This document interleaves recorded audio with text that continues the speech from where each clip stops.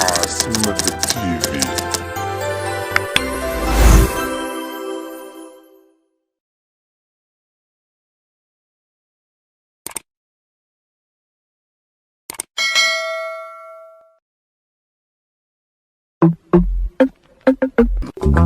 warkalamaanay waxaa la yidhi nin qabyaalad uurka u gasho qolo u doodaya iyo qaran nin qiimaynaya aqaaya kala roon. aryaa gaboosow aniguna waxaan maqli jiray qof waliba wuxuu qabaa yaqaana loo soo qadimayaa. cabdullaw aniguna waxaan maqli jiray nin qaab weyn iyo nimaanuba qabin isqaniine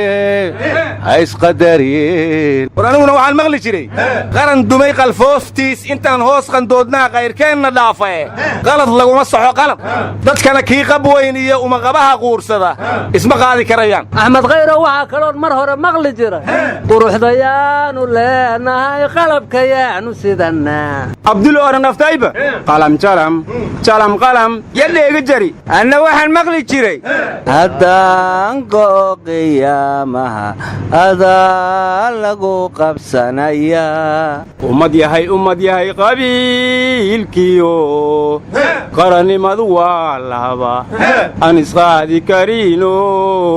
weligood isqabaanayn yadheega jari. warmadee waxaad ka tagtay waa qori dabliya gaaso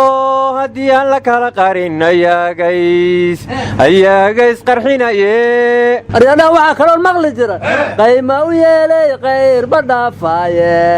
qura'anka qayma u yeela. abdulo anin walibaa dheega jiray adna qalanjaluuley qaylahiira lama rabo waa ku qaaldarowda madayo waxaan maqli jiray qoortaadan dheere lagu qoray cabbaarya markii aad xaggayga ku soo qalluucisaabay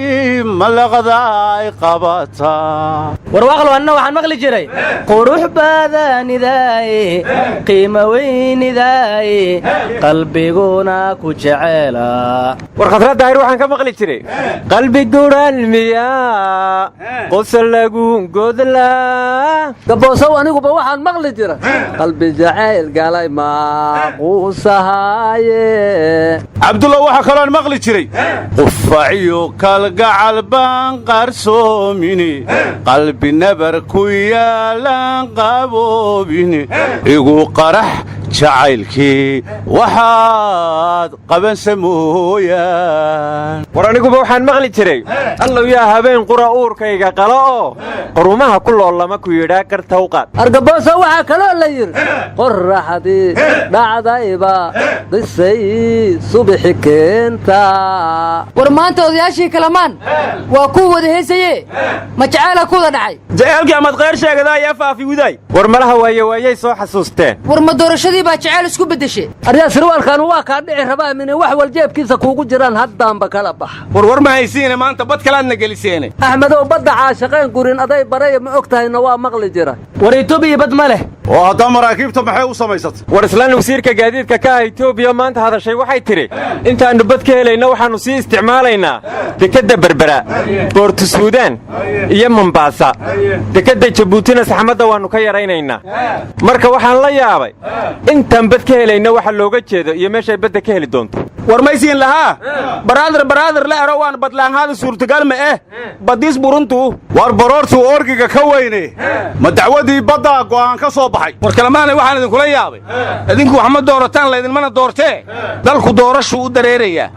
madaxweynihii hore xasan sheekh maxamuudna boor weynuu soo dhegsaday far waaweynna waxaa lagula qoray ku dooro dimuqraadiyad iyo dulqaad. waxaanan hubaa laysma marag xastee labadaasi inaysan ka dambayn. fogo muudifafaalyaasa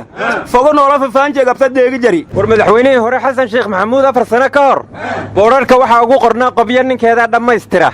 marka hadda sow ma ahayn inuu halkudhiggiisii hore soo ceshado oo yidhaahdo qabyadii baan dhammaystiraya. war markuu dhahaya qabyo ninkeedaa dhammaystira waxbaa qabyo ahaa markaa hadda malaha waa eber ka soo bilow. hadda qabyada dhammaystirawba ma jarta miya. war waa maxay eber ka bilowdu 4 sanaa dawladu shaqaynaysay. war waxaan maqli jiray jacayl eber keenay dhibcaha ixtiraamka markuu omas daaqay. aryaadhaha waxaan dhihi lahay how arrimuhu ayaa maahan ma ahaasay ahaa jireen arrimuhu ayaa maahan ma ahaasay ahaa jireen war sannadkan doorashada waa la isku dheggan yahay raggii hore iyo rag hadda raba ayaa isku dheggan waar dumarkii maxaad uga tagtay war tartankii doorashada somalilan dumar kama soo bixin war dumarku dadkooday ka mid yihiin ena dhegaysta waxaa la yidhi nin la yidhaahdo qaasim cabdikariin oo boorsooyin lacaga sita oo lagu xumanaya qaar in buurka looga dhiibay ayaa caabud waaq tegey wuxuuna yidhi sannadkan waxaan rabaa kursigii cabdi shire jaamac ciyaar jecel kaamboyinkan bilaabanna jeebab ku farraqdaa la yidhi marka waxaan la yaabanahay dadka wax dooranaya mixildhibaan wax qabanayay rabaan mise mid lacag siiyo ka danaysta war ninka kursigii abwaan cabdi shire lacagta u farraqaya waxaan u malaynayaa in isagana gabay lagu farraqi doono war cabdi shire waa kii dhihi jira xildhibaan oo xaal qaado maanta kursigiisii lacag ha lagu qaato miyay maraysaa lacagay xaal qaado wuxuu u dhihi waayey marka war cabdi shire 4 sano waa tu aamusnaa oo lagu xamanaya in madaxweynaha taageeraye talow yaa ka xigsaday ar'aanar wal mooshidilan wal madilka dhego malmal ere war cabdi shire qaran ku taageeraaye qof ma taageero warwar ma haysiin waalidiintii ayaantan ka cabanayey dhallinyaradii tababarka loogu qaaday eritreya oo ay war iyo wacaal ka waayeen ra'iisul wasaaraha soomaaliya cabashadii waalidiinta guddiga u saaray waar ma dhallinyaradii bay keenayaan garoonka aadan adilaa ka dijeelaaray war eritreya guddigu ma tageen war dhallinyaradii waa ta la yidhi qaar baa yimiye kuwa kale maxay u soo lugayn waayeen war waxaad sheegaysaan idiinma sheegayna guddiga ra'iisul wasaaruhu magacaabay shaqada loo diray waxay tahay oo lagu qoray waraaqda wareegtada inay yihiin guddi soo baara cabashada waalidiin soomaaliyeed oo sheegay inaysan warar iyo wacaal ka haynin carruurtooda oo ay sheegeen in tababar loogu qaaday dalka eritreya aryaadhaha ma haddaana dawladdu baaree igaarti mug hore la qaaday inay jiraan iyo in kale abdulla usdhumiyay uu dhahaa wadan jasaakallaahu khayr meleeyow allah ka aqbalo war ra'iisul wasaare roobla asaga maanta hoggaanka dalka hayee carruurta raggii dareymuu yidhaahda keena warwarkaa muuse suudiha maqashiin war waxaa la yidhi magaalada walaac baa ka jiray waayahan badan waalidkan wadada taagan oo waayey ubadkooda warwarkay qabeen bay intaa wiida la hayaane wakhti dheer hortiisaa la guray warasadoodiiye waxba kama ogayn mana aqoon meesha loo wadae wax soo laabta weli maysan arag waana sugayeene walbahaarka murugtay intaa weheshanayeene kollaytana dadku beer wax dhalay waa fahmahayaae in loo sheego wixii jira miyaan waajib noqonaynin waa maxay macnaha waalidkan loogu wiirsanayo war jiraaba cakaaru iman war jacaylkii muddo dhaafa dhagxan waa iska noqdaaye horta maa dhaqsataan war ma haysiine salaadiintii beesha lixaad jeemis iswaal iyo dollar motomoto shalay iyo maantay la kala kulmeen baa la yidhi ra'iisul wasaare rooble markaa taloma doorashooyinkii bay kala hadlayaan mise carruurtaa la waayey ma garan war kulanka mamotoy ra'iisul wasaaraha la yeeshay maanta waxaa ku biiray baa la yidhi qoorqoor iyo cali guudlaawe sawdan iyo axmed madoobe markaa khiyaartu maxay ka wada hadleen dhihi maayaanoo shaki siyaasadeed kuma abuurmayo war lafta garan haddii kulunkanka geebgalna walba maha ku bahayaan war nimanyahow mid ka mid ah wasiirada maamul goboleedyada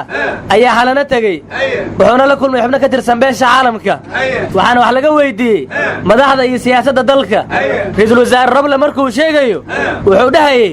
prime minister rain markuu madaxweynaha galmudug sheegayna wuxuu dhahayey president neknek of galmudug markuu sheegayey madaxweynaha jubbalandna wuxuu yidhi president axmed madaag of jubbaland cali guudlaawe markuu tilmaamayeyna wuxuu yidhi president without hair of hirshabelle lafta gare markuu sheegayna wuxuu dhahayey president barok bon of south west waxaas ugu darneed markuu xaaladaha amniguu soo hadal qaaday iyo waddooyinkii askariga jiifa waxaana uu yidhi security is very bad because there is a sleeping soldier in the way wuxuuna ku soo gabagabeeyey magaalada taagtaaga ka jira oo wuxuu yidhi there is standing in the city war ninkaasi dadaaluu muujiyey inkastoo ay la yaabeen dadku la hadlayey war mayn liyaabasan gabay jacbure meer jarnaysan af ingiriisi jacbur ew wareedhaha war ma haysaane duulimaadadii kenya iyo soomaaliya horta waa bilowdeen dawladda maraykankuna waxay sheegtay kenya inay ciidamo u soo diraysa al-shabaab ka difaaca marka halkaa waxaa iiga caddaatay kenya inaysan soomaaliya tamar dhaamin oo kaale ameerikada fog markay ciidan weydiisanayaan soomaaliyaaba daris leeyahay kenyaatigu maxay ciidan uga codsan waayeen war gorgormee war harimcad iyo duufaan shaqay hayaan war wasiirka cadaaladda puntland wuxuu yidhi gabdhaha puntland waxaa loo daynayaa siday ku dhasheen lamana gudayo ciddii lagu helana tillaabaa laga qaadayaa war gudniinku waa sunne maxaa lagu diiday oboyaan bari shaqada longoonsidii war soomaalida fircoonigii iyo sunnadii iskaga darsantay sidaa darteed ma taaban karaana xal la biday war bilaanto gabro gudaayaan madii la ari fircooni ma fadaan wali areena sunno kabiir ewa gudaana kiyang sunno kabiir adnanta ku koyti war ana kalmaanay ayaantan qayliyan ciilan oo dhinta xataa hindaaya midheesing miya muruqaydin disha idinka hindaay war ma hayside shalay degmada xamarji jabaale isugu tegey jenaraal zakiina waa ka qayb gashay guddoomiye mucaawiye muudayna waa soo dhoweeyey markii jenaraal zakiya soo dhoweynta loo shidayna waxay tidhi haddii aan aroosayo arooskii meesha ku dhigan lahaa waa helay war yaa degmada xamarji maxaa karabtay idinka war mucaawila macruuf ee la goradaw doorashadaaway aniga ay doorta war ma tunto langalniyow dib baa loo dhigay miya war magaalada ka dumina